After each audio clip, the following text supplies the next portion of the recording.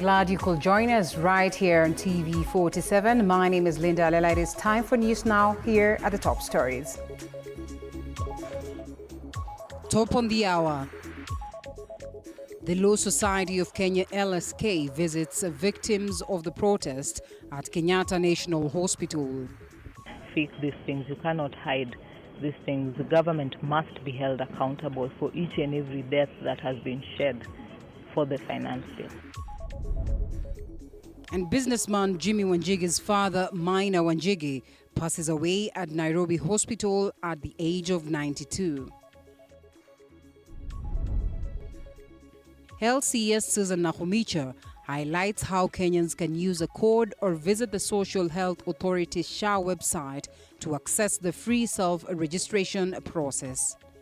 As the issues of wastage the NHIF has faced will be addressed through digitalization as provided in the Act, the Digital Health Act of 2023. Starting off on a somber note, where a family in Rongai is mourning the death of their 12-year-old boy who is reported to have been shot dead during yesterday's demonstrations that happened within Nairobi and its environs. Residents say that they thought that the demonstrations were peaceful, only to turn out tragic. The mother of the kid says the 12-year-old Kennedy Onyango helped her with some chores in the morning, only to meet his death in the afternoon. The mother got the news of his demise on TikTok after the video of his death son was shared on social media. Wacha tukule hiyo lunch, akasema mama kabla mupike mimi naendea kitabu juu tunashare na mtoto asasoma, so mimi naendea ndio hata mimi nisome kufika Monday. Kama hakuna hiyo mambo ya kukataa shule juu ya maandamano, mimi nitaenda nikiwa nimesasoma. Nikamwambia aenda, akatoka. Kutoka mimi sasa nimengoja mtoto wangu. Sasa hiyo ni saa 11, saa 12. Naona mtoto arudi. Alitoka kitu kama saa 10, dhoni sikuangalia saa. Weather ilikuwa mbaya, saa inakuwa tu jioni kabisa. Nikaona mtoto wangu arudi. Watu mtoto wote wako kwa plot, nikiangalia kwa kina fulani ako. Na Kena ako wapi? Hayuko. Tangu aendea kitabu hajarudi. Hajarudi. Nikatoka kutafuta. Nikapigiwa simu eti kuna mtoto amepatikana TikTok, sijui kama ni yeye. Nikasema wacha nirudi. Kurudi kwa plot, kapata majirani wako na hiyo TikTok. Kunionyesha, nikasema si yeye. Sikuona longi, niliona nguo, lakini niliona hapa kichwa. Sisaki akasema mama ni yeye, nikasema pana, si mtoto wangu. Mtoto wangu ameendea kitabu na anarudi. Jua kwenda maandamano, anarudi. Afadhali mtoto wangu wa kurudi. Nilikuja hapa kaenda ukosi, madaktari wakaniambia enda uangalie, kuna mtoto amepelekwa huko, waenda uangalie. Nifungulia draw, nikaona mtoto wangu amelala, ako na damu kila mahali. Sikumwangalia mimi yote, nikaona mtoto wangu, nikamgusa tumbo, nikapata ako na njaa. Mimi nikakimbia kwangu juu mtoto wangu amelala na ako na njaa. Mimi nikaenda kwangu. Afadhali serikali nione huruma. As if not enough, another family is seeking justice for their son, Brian Kasaine, who was shot and killed during the anti-tax protest riot that is by the police in Narok town. While speaking to the members of the press, Judy Nyanchama, who is the aunt and guardian to the deceased, stated that their son was not armed and that he was demonstrating peacefully. The family has called upon human rights commissions to investigate the matter and charge those that are found guilty. Jaribu kusema mkuja ni heshima, tuwasikize nyinyi akina nani wao kutaka, wakaleta fujo, kutandika watu, kuvunja vitu ya wazazi pale. Hadi huyo mtu akasema yeye ni polisi, akabeba mtoto, akapeleka mtoto. Hata baba yangu naye mwenyewe ndio huyu anasata eleza kidogo. Sasa hii sijaipata huyo mtoto. Nikaenda mpaka kotini, hakuna justice mpaka sasa sijajua mtoto wangu ako wapi. Tambulisha juu hata amevaa raia, amekuja na mzungu. Mimi sikueleza ni polisi kweli ama si polisi. Ndio huyu mzungu hata hivyo ndo anatumia watu huko Mombasa wakisema ni polisi, wakuje una attack, kuja kunikidnap. Sijajua ukweli ni polisi kweli ama nizi wako. Pata msichana ameasafirishwa saa 1 jioni hiyo mpaka Mombasa, wamegawanya na mtoto. Mpaka leo mtoto yangu hajaona mtoto yake. Mtoto yangu wa Mate Kome justice wasaidie mtoto wangu ili apate mtoto wake. Shikwe kudunga sindano, auawe, akiuawa kote aonyeshe ya kwamba kuna mama mtoto, baba ya mtoto aende na mtoto. Baba ya mtoto ndio gani hajaonekana tangu kuonyesha mimi niko na msichana yako. Mimi sijaona yeye kwa macho yangu, sijaongea na yeye ya kwamba yeye ameoa msichana yangu. Kwa nini yeye hainiiti kama iko shida? Yeye anasema ya kwamba yeye iko na msichana yangu. And the Law Society of Kenya, LSK, has today visited victims of the protests at Kenyatta National Hospital. The society's president, Faith Odhiambo, stated that the society would seek justice in court for the victims, especially those that were injured by individuals who did not identify themselves as police officers.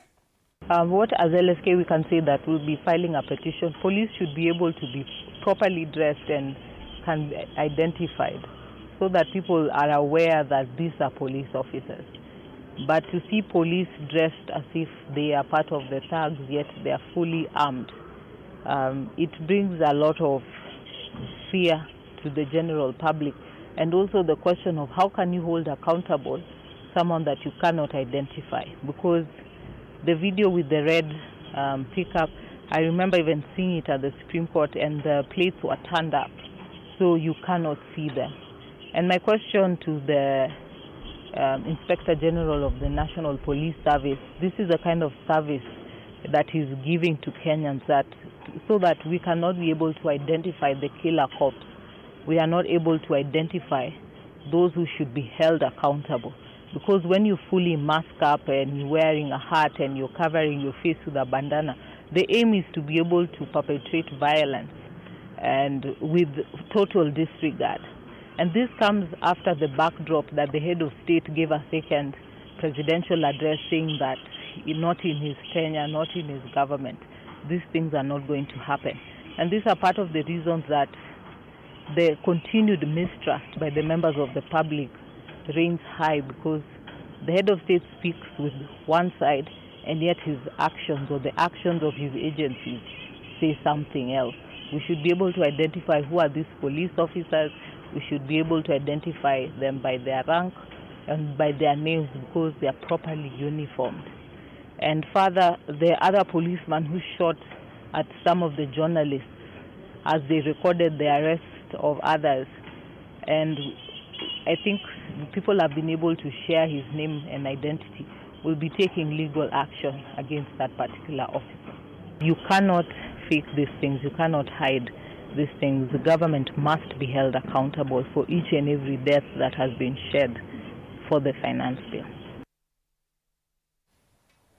In the same breath, Azimio members of parliament have continued to condemn the abductions by police officers, insisting that they won't relent on the fight against those who murdered and abducted Kenyans, who are holding the government accountable on various concerns and matters. Speaking at the DCI headquarters and led by Rarieda Member of Parliament Otiende Amolo, as well as Wamboka Wanami, among others, they have called on the Kenyans to report all their missing family members and friends, and especially those who participated in the ongoing demonstrations. The following names of persons who are missing with the DCI.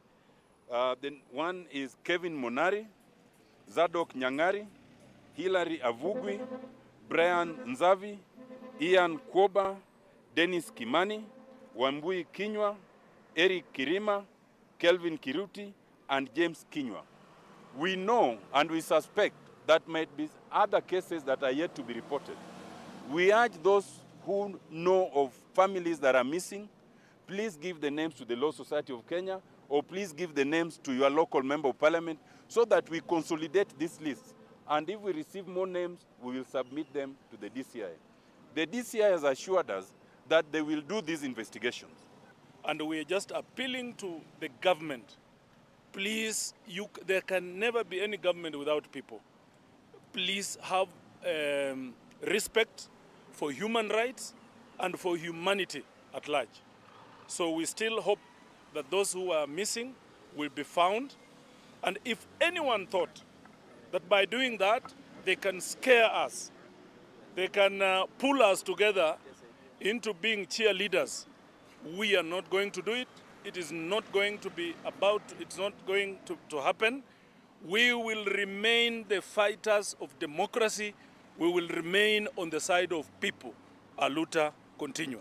If there are any policemen who are used to traumatize our children, blindfold them and throw them somewhere in a coffee plantation, in forests, taking somebody from Nairobi and then you throw them or dump them in Kajiado, dump them in Muranga. Maybe somebody has never been there. Apart from the trauma, if you find yourself after being blindfolded, you open your eyes and they've taken your phone, you are in a place you've never been. Is that really a Kenyan dealing with a Kenyan? Businessman Jimmy Wanjigi's father, Maina Wanjigi, has passed away at Nairobi Hospital at the age of 92. The former cabinet minister served as a member of parliament for over 25 years, holding various cabinet positions that would include Minister for Agriculture, Public Works and Tourism. And he was also honored with the Elder of the Golden Heart of Kenya Award, which is given to distinguished statesmen. Maina Wanjigi entered active politics during the November 9, 1969 by-elections in Kamkunji, following Tom Mboya's assassination. In 1990, he was expelled from the then-ruling party KANU for advocating multi-party politics. Subsequently, he was arrested, interrogated and detained at Langata police station for 3 days before being taken to court, although no charges were brought against him.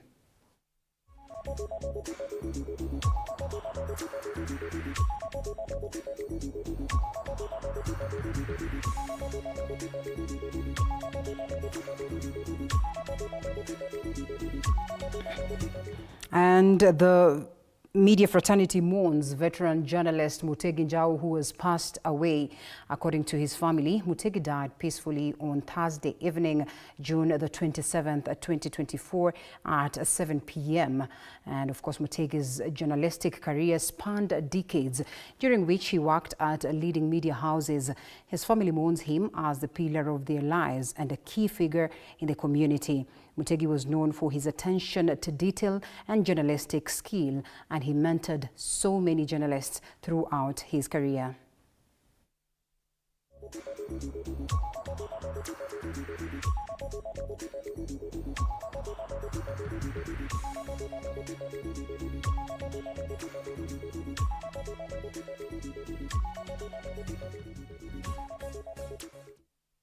May the souls of the gentleman rest in eternal peace. Now, the Ministry of Health now says that the registration of the Social Health Authority will commence from the 1st of July 2024 as earlier planned. However, the Health Ministry says the 2.75% monthly contributions to SHA, that is SHA, or better yet, Social Health Authority, will begin once the Finance Bill 2024 is issued and sorted out. On registration, the Social Health Insurance Act and regulations envisage fresh registration of all Kenyans and persons resident in Kenya. In preparation for the rollout of the social health insurance and its benefits, I hereby announce the registration shall commence from 1st of July 2024. This will be conducted countrywide through self-registration by use of USSD code *147# or www.sha.go.ke. Under the Tariffs and Benefit Package, the Act requires the design and publication of a new benefit package. We have, through a consultative process, developed and recently advertised the Tariffs and Benefit Package for public participation and stakeholder input. Feedback has been incorporated ahead of a nationwide validation and formal gazettement before the rollout. On contributions and access to the benefit package, in light of withdrawal of the Finance Bill of 2024 that sought to finance the Primary Healthcare Fund and the Emergency Chronic and Critical Illness Fund and set aside funds for indigents, vulnerable persons, the ministry is now reworking to align to this reality. Therefore, the existing NHIF contributions and benefits will continue until we roll over to Social Health Authority. More than 30 children with disabilities at the Jomo Kenyatta Center for Children with Disability in Embu County have been left homeless after a fire destroyed their home. The fire is said to have started at 3 a.m. in the morning and destroyed some of the belongings there. Fortunately, 11 children who were present were rescued, while others were already home for a short holiday.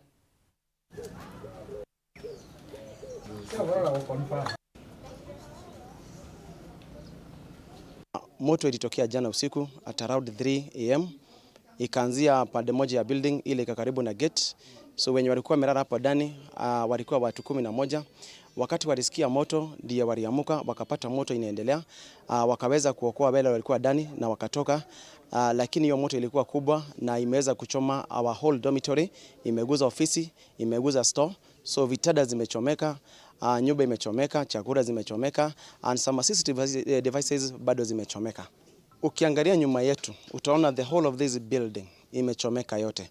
So na imechomeka kiasi ya kwamba haiwezi fanywa marekebisho. So itabidi nyumba tuibomoe. So ukifanya estimation, these are millions of money. Then zile vitu zilikuwa ndani bado ni vitu za millions. So there is a lot of damage yenye imefanyika kwa hii children's home. Usaidizi ilikuja baadaye at around 5 die gari ya moto ilifika na imeweza kuzima ile moto ilikuwa inaendelea na sasa moto iko chini although imechoma. Ni gari za wapi? Gari yenye tulipigia ni gari ya Embu na wakaweza kutuconnect na gari za Tharaka Nithi zikafika zikazima hiyo moto. Our home iko na watoto 30 lakini wengi wao sasa wako midterm sababu wakati wanasoma, wakati wa likizo wanaendaga nyumbani kwa wazazi na wenye walikuwa wamebaki ni kidogo au wengine walienda nyumbani. Jioni ya leo hatujui wale staff wanafanya kazi hapa watalala wapi.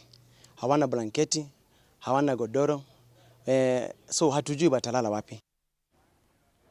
Stakeholders in the real estate sector have now stated that the controversial finance bill would have undermined their operations and pushed them out of business. They said the increase in taxes would deter many Kenyans from engaging in purchases within the sector.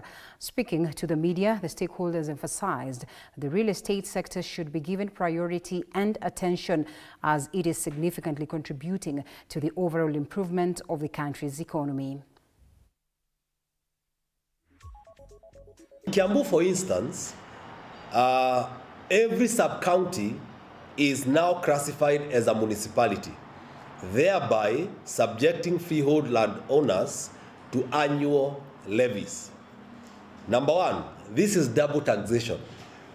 Freehold landowners who are already burdened with property taxes will now be compelled to bear an additional annual levy akin to the rent levied on leasehold properties. If you are subjected to and imposed to such many taxes, you pay rad rents, you pay rad rates, the county government, and again, when you become municipality, you are going to be taxed or to pay what we call stamp duty fee that used to be 2%, but 4% now in terms of municipality. The National Research Fund NRF Committee has urged the government to consider increasing the budget allocated for research and development in the country. NRF Chairperson Rotemo Micheka stated that the National Research Fund is currently allocated only 2% of the gross domestic product. And Micheka emphasized that the research should be a driving force for any nation and that without adequate funding for research activities, then there will be no development. Speaking at the ongoing 3rd International Conference on Climate Science at Mary University in 2024, Micheka said the primary goal of the conference is to discuss and identify methods of gathering financial as well as material resources necessary to support research initiatives. Even the chief guest, Beatrice, stressed extremely hard that There is not anybody, any country that can support research other than the nation that where you are. Kenya supports. DRC will support DRC. Rwanda will support Rwanda. The US will support USA. So really, it is imperative and very important that developed nations and developing nations to date put in a lot more money on research to discover, to get things that can be done to help that country. Yes, the answer is absolutely yes, that really the government to push ahead, even get employment. If there was a big factory that has been researched here, could probably take 600-700 persons who could be employed comfortably, having had research and developed an innovation that can take that kind of number of people. Yes, the answer is absolutely yes, and I look forward really. The government is supporting now to about 0.6, 0.7%. The really figure nationally is 2% of the GDP. Other countries pay much, much more. The simple answer, if you want to really know the development, go to the development index of countries. Check on each country, Google, find out the amount of money paid in research and put a percentage. It's much, much, much more. That's why they're actually much higher than what we are now. At least 100 residents from Elgeyo-Marakwet County have benefited from an informative event which sought to equip them with skills that are needed in the agricultural sector that will enable them to earn sufficient income as a means of eradicating poverty in the county. In attendance of the event was Elgeyo-Marakwet Governor Wesley Rotich, who said that the government had formed adequate strategies in a bid to ensure the residents earned a sustainable income that is to enable them contribute to the economy. On behalf of the residents here, we want to say that we want to declare poverty, that it is a killer of dreams, and therefore we want to ensure that within the next few years, Elgeyo-Marakwet becomes a real trailblazer in how rural poverty is eliminated, and eliminated in a proper manner and a sustainable manner that we will be able to help our people get out of poverty, because poverty robs you of your dignity. So leo hii tumeleta watu wajifunze jinsi ya kuweka pesa mfukoni. Hawa sasa wataenda mashinani, watatusaidia kama ambassadors wetu wa county, wataeleza wananchi, wataeleza familia, na tumesema hatusemi kwa community peke yake, tunataka tu target familia yenyewe.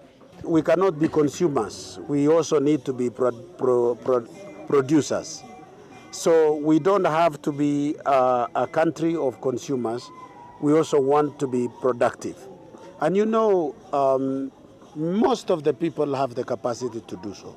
And it is the duty of government to create an enabling environment and also facilitate the people to be able to work on their wealth. Now, Nyandarua County government has been advised by education and girls' rights defenders to invest in the education of the girl child to reduce early pregnancies as well as marriages. Speaking at the event, Anthony Mwakasha, the coordinator of the Forum for African Women Environmentalists, together with different stakeholders, have called upon the society to embrace education for the girl child and practice gender equality.